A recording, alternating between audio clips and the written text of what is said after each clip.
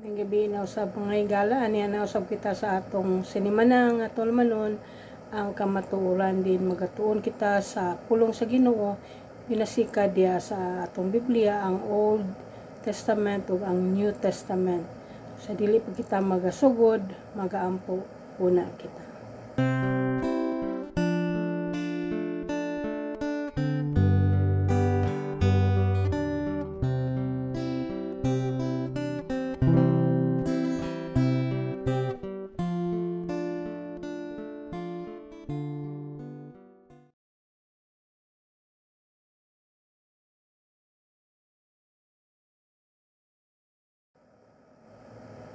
Ang atong pagtuon karon mahisentro kini siya sa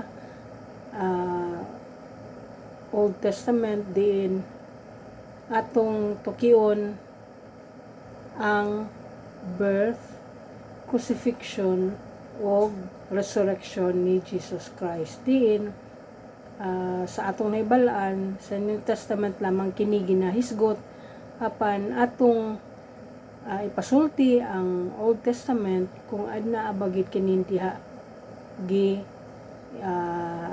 patik sa Old Testament kini nga mga panghitabo tungod kay ato lamang kining nadunggan sa sumala sa unsay gisulti sa atong mga magtutudlo, magwawali apan wala nato kini na tun-an diha gay direkta sa Biblia busa atong tun-an kini. So, ang atong teksto magagikan sa Isaiah chapter 48 verse 16 paingon sa 18. Kung aduna kamoy mga Biblia, palihog ako ninyo og subay ug ato kining basahon. Isaiah chapter 48 verse 16 paingon sa 18. Come ye near unto me, hear ye this. I have not spoken in secret from the beginning, from the time that it was, there am I. And now the Lord God and His Spirit hath sent me. Verse 17, Thus saith the Lord thy Redeemer, the Holy One of Israel, I am the Lord thy God, which teacheth thee to profit, which leadeth thee by the way that thou shouldest go. Verse 18, Oh, that thou hast hearkened to my commandments, then had thy peace been as a river, and thy righteousness as the waves of the sea. So, kadaghan ang ilang pagtuo sa Biblia, ang tao adunay pagpili kung unsaray iyang tumanon o tuhuan. Kadaghanan moingon nga New Testament ray ako kay panahon na ni Jesus Christ o dili ko sa Old Testament ana kay mga balaod ra na. Ang uban moingon history ra man na kapoy basa. Apan mga higala, ang akong pagtuon dili kini base sa unsaray akong personal nga kituuhan. Ang akong gitun-an mahitungod gayud kini sa kung saang kamatuoran. So ato kini pagatukion mga higala na sa akong pagtuon nakaingon ako kaanugon sa daghang katuigan nga wala na ako nabasa o nadiskubrihan ang kamatuoran. Kung salamat sa Ginoo nga bisan gamay na lang ang panahon na nahibilin nakahatag gyapon kita og pagbutyag sa kamatuoran nga wala gitudlo diha sa mga kasimbahanan. Daghan gyapon no nga dagang milabay na nga pagsimba nga wala kita naka dungog. Ako maski ako agi ko nakadungog nga natudlo kini siya tungod kay wala man sab sila nakadungog niini nga pagtudlo sa bulahan kita nga ang Ginoo nagpadayag tungod niini nga atong nabasa sa Biblia. So salamat sa Ginoo nga bisan gamay na lang ang panahon no nga nahibaloan nato kini ug nakahatag gyapon kita og pagbutyag sa kamatuoran nga wala gitudo diha sa kasimbahanan nga maoy nakahatag og pagkabahin-bahin sa pagtuo sa mga tao. Busa dako gayud kaayo og tulubago ng atong mga magtutudlo sa paghatag og tukma nga pagtulunan aron makabaton og insaktong pagsabot ang mga naminaw niini. Sa sige natong balik-balik og ingon nga ang New Testament usa ka narrative sa mga panghitabo diha sa Old Testament tungod kay ang mga true witnesses ni Jesus Christ nga gitawag og Christians mao ang people of the Old Testament.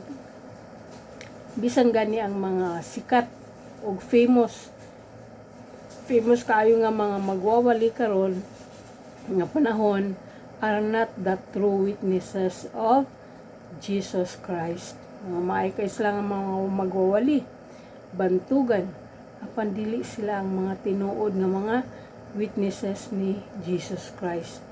Ang true witnesses ni Jesus Christ katong iyang mga kauban sa unang panahon nga nagpanudlo, nagantos diha sa pagproklamar sa pulong sa Ginoo. Mo kato ang mga true witnesses nagsulti sa kamatuoran. Busa the people of the book, the people of the Bible sa panahon ni Jesus Christ ana sa Old Testament nato makita sila nga mga witnesses. So atong padayonon no. So makita nato ang birth ni Jesus Christ. Kini siya nga mga bersikulo daghan naman kay nakahibalo nini ang birth ni Jesus Christ. So ang Isaiah chapter 9 verse 6 paingon sa 7 nag-ingon, for unto us a child is born, a son is given, and the government shall be upon his shoulder, and his name shall be called Wonderful Counselor, the Mighty God, the Everlasting Father, the Prince of Peace. Verse 7, of the increase of his government and peace there shall be no end, upon the throne of David and upon his kingdom, to order it and to establish it with judgment and with justice from henceforth, even forever and forever. The zeal of the Lord of hosts will perform this. So, dili man siya lalison lugar sa mga daghan kadaghanan ng mga Christians kay gina kut kid kini siya nga bersikulo.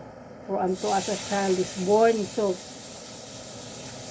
mo kuan ki sa mutakdo kan siya dito sa New Testament katong sila ni Mary nagparehistro sila kay naay decree si Augustus nga ang tanang tao magparehistro motong panahon nga si Mary Burros dito siya naaptan og panganak sa sibsibanan tungod kay wala nay bakante nga kwarto nga din dito sila magpalabay sa gabi tungod sa kadaghang tao. So dito siya nakapanganak. So mutukma kana siya sa Old Testament diin giingon nga ang usa ka manunubos na tao. So wala may mulalis ana tungod kay kumbaga kay balo sila nga gi-mention gikan sa Old Testament apan ang crucifixion wala ni siya gi-mention kaya ang nahibalaan gyud nga crucifixion na ra sa Old Testament. So ato gina siyang i-remind nga narrative ra gyud ang New Testament, gi-istorya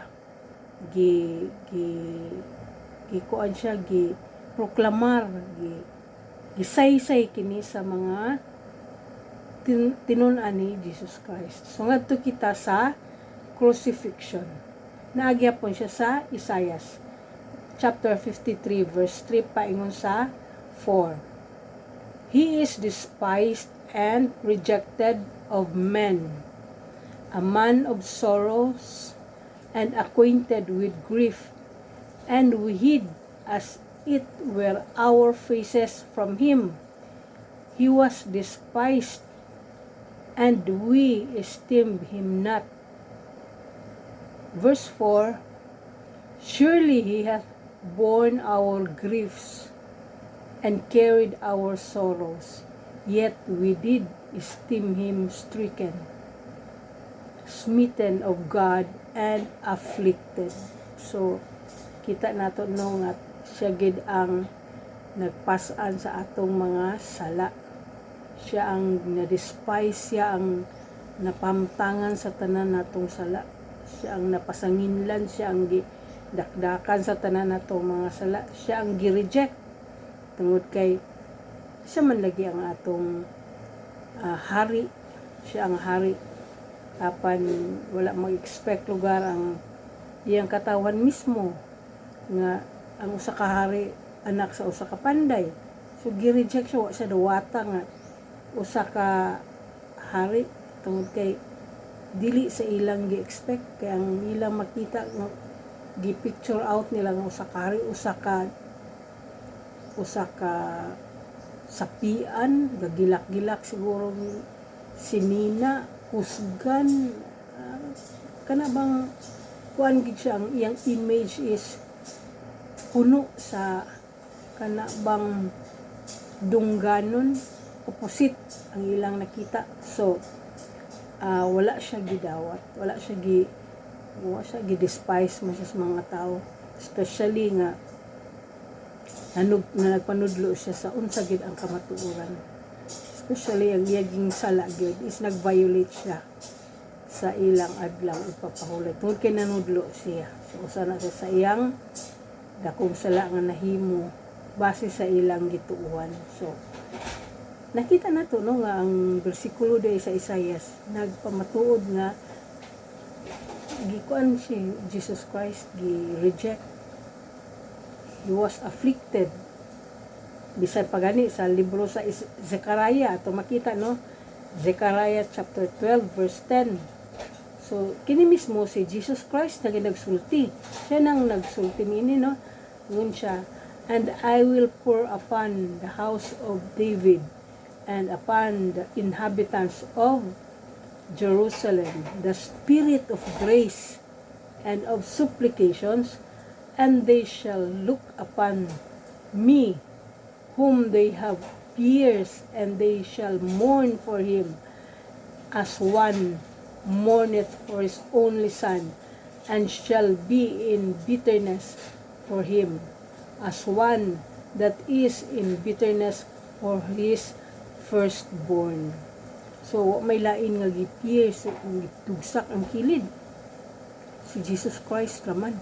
So si Jesus Christ ang nagsulti niini nga iyang ibubo sa banay ni David ug sa tanang namuyo sa Jerusalem ang iyang espiritu sa grasya. Okay. So ang kasagaran nga ginaingon sa mga magtutudlo o mga pastor ani na kita sa New Testament, na kita sa Spirit of Grace. So mukha ni siya ang more branded gid ni ang New Testament as Spirit of Grace. Literally ang libro gina sa New Testament. So kana bang makita nato no nga dili gid nila basihan ang Old Testament tungod kay dili ni siya about grace, it's about law. So sayop na nandaan nga pagka-deklara ng mga igsoon no tungod kay mismo si Jesus Christ sa libro sa Zechariah ingon siya, I will pour out sa iyang spirit of grace diha sa banay ni David o sa tanang namuyo sa Jerusalem ang iyang spirit of grace. So dili ni siya buot nga tungod kay naay libro nga gitatakan diha Old Testament nga ginarate diha sa New Testament, dili na ka magbali-bali sa Old Testament tungod kay ni anak ko sa New Testament, di na ko anak ka old na.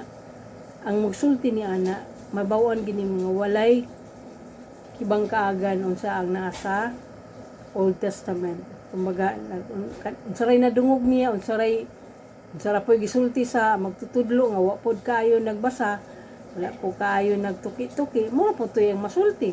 So mura po niya iyang isulti na niya nata sa spirit of grace. Actually, kanang grace, dugay na kaina. dito para sa panahon ni Abraham na ang grace dili kay pag crucify ni Jesus Christ ay pa ang grace dili na ang grace sa panahon ni Abraham apan dito lang ang spirit of grace gi-pour out ni Jesus Christ dito sa iyang kamatayon ngadto sa banay ni David ug sa tanang namuyo sa Jerusalem. So ang uban moingon na nga napulihan na ang katawhan sa Ginoo nga mao ang Israel. Naani kaning gingon lag replacement theology tungod kay sikat ka ang Christians. May problema na no kay Christians are the two followers of Christ. Pero kung tanawon gani nimo karon unsa ilang mga kinabuhi, unsa ang ilang pagtuo, tinuod ba ka nga Christian sila? Makita ba ka sa ilang kinabuhi? Ang kinabuhi ni Jesus Christ. Siguro 90% ang dili. So, nahimuingon gyud nga napulihan na kuno ang katawhan sa Ginoo nga mao si Israel.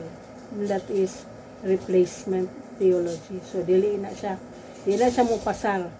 So, kay tungod lagi kuno sa grasya aniya nata sa grace kuno so mga kuan siya mga out of kuan ang naila kana bitong out of kana bitong siguro sobraan kalipay nga ilang gibati nga tungod sa ilang nabag-o nga kinabuhi ug kita sad nila unsa ang gidangatan lugar sa Israel ilang gikumparar ilang kinabuhi nga nagtuo mi kang Jesus Christ ang kadaghanan sa Israel wala so nag-take na din of pride nga kanang kuan na dayon napulihan na apan sayop ka na mga igsoon so ang natong may balan no nga ang kamatayon ni Jesus Christ firstly iyang purpose is to redeem his people Israel mugid na number 1 niya nga tuyo sa iyang pagkatao nga gilukat niya ang iyang katawan Israel samara sa usa ka alahas no nga naprinda sa tag-iya sa pawn shop dugayng panahon kini didto na sa pawn shop o somehow naanay mga abog sa dihang miabot na ang panahon nga lukato na sa tag-iya ang iyang alahas iyang bayaran ang kantidad apil ang tubo sa pagprinda og sa dihang anaa na sa iyang mga kamot ang maong alahas iya na kining limpyuhan og pasinawon nga mahibalik ang kaanindot niini ingon ana gyapon ang gibuhat sa Ginoo sa paglukat niya sa iyang katawan Israel do ani apa sa proseso lugar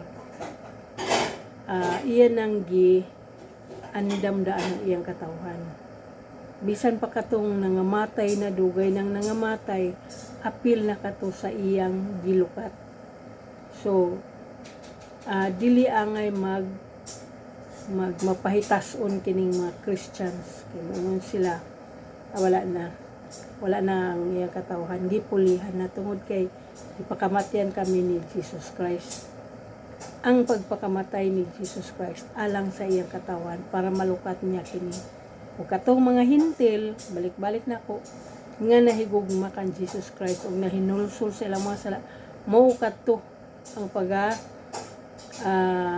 luwason ni Jesus Christ. So, dili tanang nagasulti Ginoo maka sulod sa gingharian sa langit. Kadto lamang nagtuman sa kabubuton sa Ginoo. So, ato naman ang lesson sa una ng kabubuton sa Ginoo sa bagid ang will sa Ginoo. Okay. So, ato nang nakita no sa Old Testament nga naaday dito ang birth ni Jesus Christ, naa dito ang crucifixion. So dili na ta ignorante nga naa day dito, nahitabo gid na sa Old Testament. Kumpleto ang Old Testament. Okay, dinhi kita sa resurrection. Ang natong may bawaan nga ang Biblia dili kulang. Gawas lang atong ubang Biblia nga ipangkuwangan.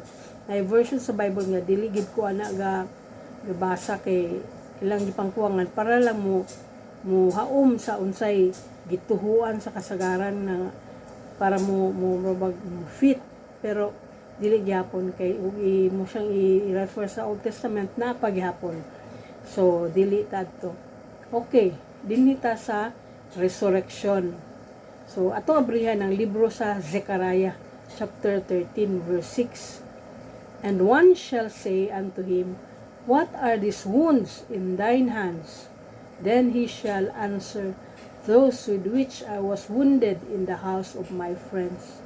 So, kinsa man lugar tong gidugang ang kilid, kinsa man lugar tong naay samad sa kamot nga naa sa Bible, o may lain si Jesus Christ raman.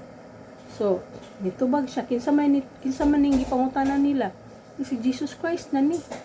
Then he shall answer, Those with which I was wounded in the house of my friends. So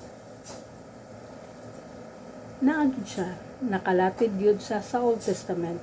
So walay rason nga dili kita mutuo sa Old Testament. Walay rason nga ato kining i-despise. Walay rason nga dili nato basahon tungod kay moingon ta nga wala history ra na, wala kuan na balaod ra na sayop mga higala tungod kay nabutahan lamang kita or ang naggiya dugay panahon sa ato di simbahan uto pong buta. So nang paggiya sa usa ka buta kung siya mismo buta, di na mo na. Okay.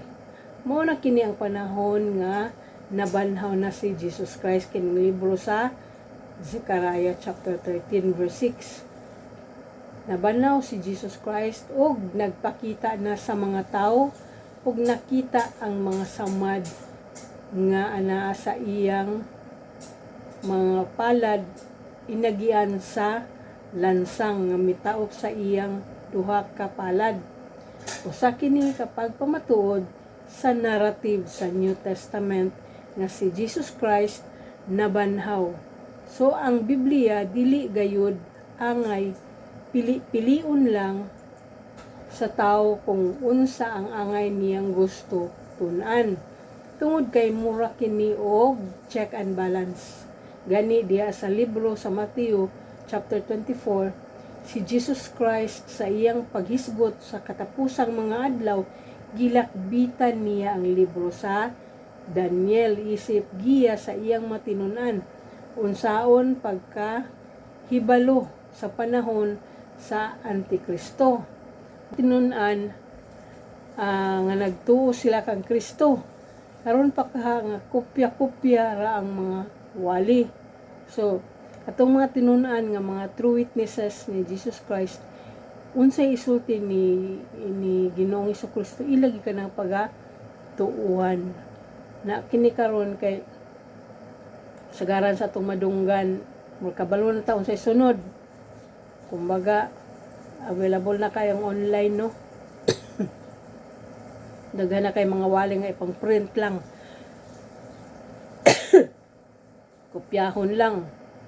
Mga Bible study materials daghan kay available. So dili na gatuki ang magtutudlo sa panahon sa pag-discuss. Mulihis na gani ang pangutana, wala di na nagpakatubag kay wala man siya og kanang kabayo nga gihigip butangan og tambo ng mata nga dili na makisiplat-siplat. So ang Holy Spirit gid ang atong the best nga magtutudlo. Mga igitag giya. Kinahanglan gid sa tao mangayo og guidance sa Ginoo aron insakto ang iyang matudlo sa tao nga adunay kaikag pagpamati sa pulong sa Ginoo. Balik sa atong teksto, Isaiah 48 chapter 16 chapter 48 verse 16 pa sa 18. From the beginning, sugod pa lang sa sinugdanan, gipamulong ni Ginoong Jesucristo nga ana siya. Mao kini ang foundation sa atong pagtuo sa Trinity, usa ka Dios, tulo ka persona.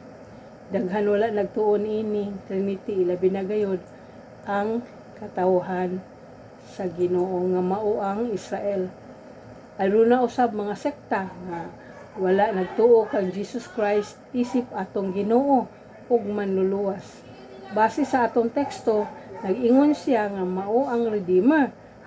Ang naghisgot sa pulong Trinity sama kini sa usa ka kandila. Unsa man ang atong makita o maobserbahan sa dihang atong dagkutan ng usa ka kandila, kita nato no nga naisiga. Magdagkot sa kandila, so ngit-ngit kay pagdagkot siga gid na, kita nato ang mudan ang kahayag. Aduna siya kalayo. Kita nato nga yung kalayo mag-lihok.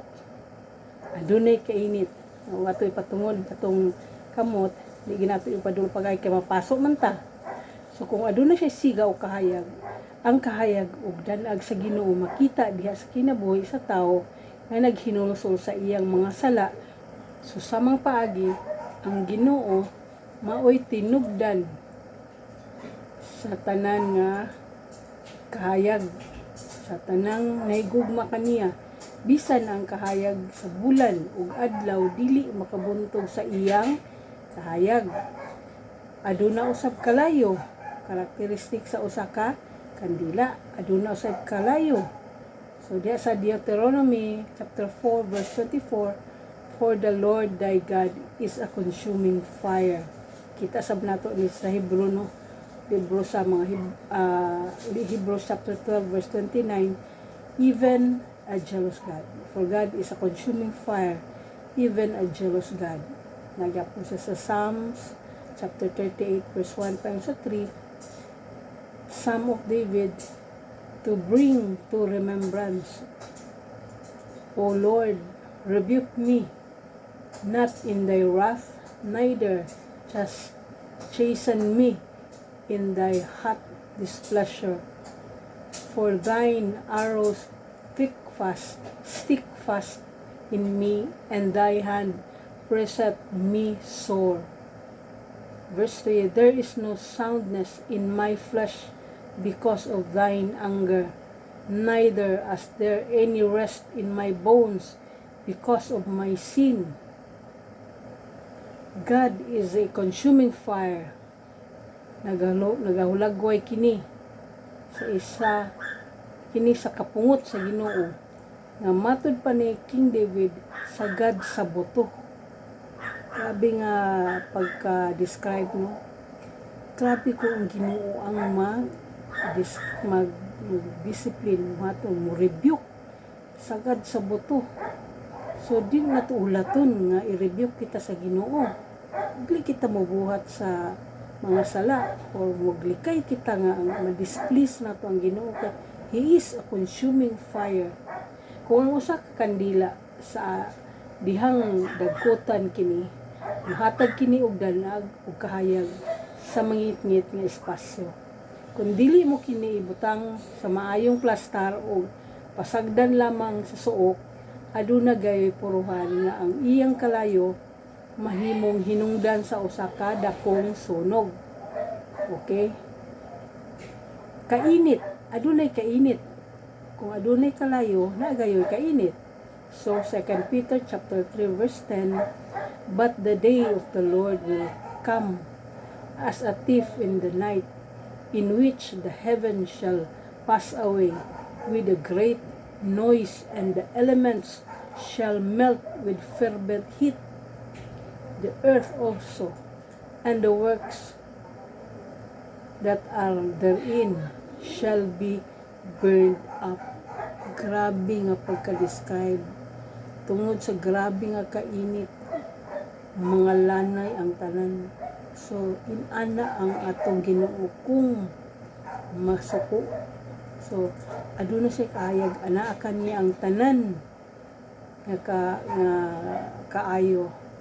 Apan usasab siya ka just, usasab siya ka full of justice nga Ginoo. Kung siya usab masuko, Grabe sa iyang pag-review. Tungod pa ni David sagad sa buto. Mga ugdaw gud ang mga ugdaw. So, dili sa yun mga higala. Dili na to ang may ipawalang bahala ang pagtawag sa Ginoo kanato. Aduna man kitay nahibilin pa nga panahon ato na kini siyang i-google nato sa mga maayong butang sa tudlo sa Ginoo unsa ang sugo sangyaw kita sa pulong sa Ginoo, magatudlo kita, dili kita mag boastful, iway nato ang tanang garbo o sa atong natun-an nga dili mao. We humbly submit ourselves and bend our knees and ask forgiveness. Kay diha lamang sa pagpangayag pasaylo sa Ginoo kita makabaton o wisdom diya sa Ginoo.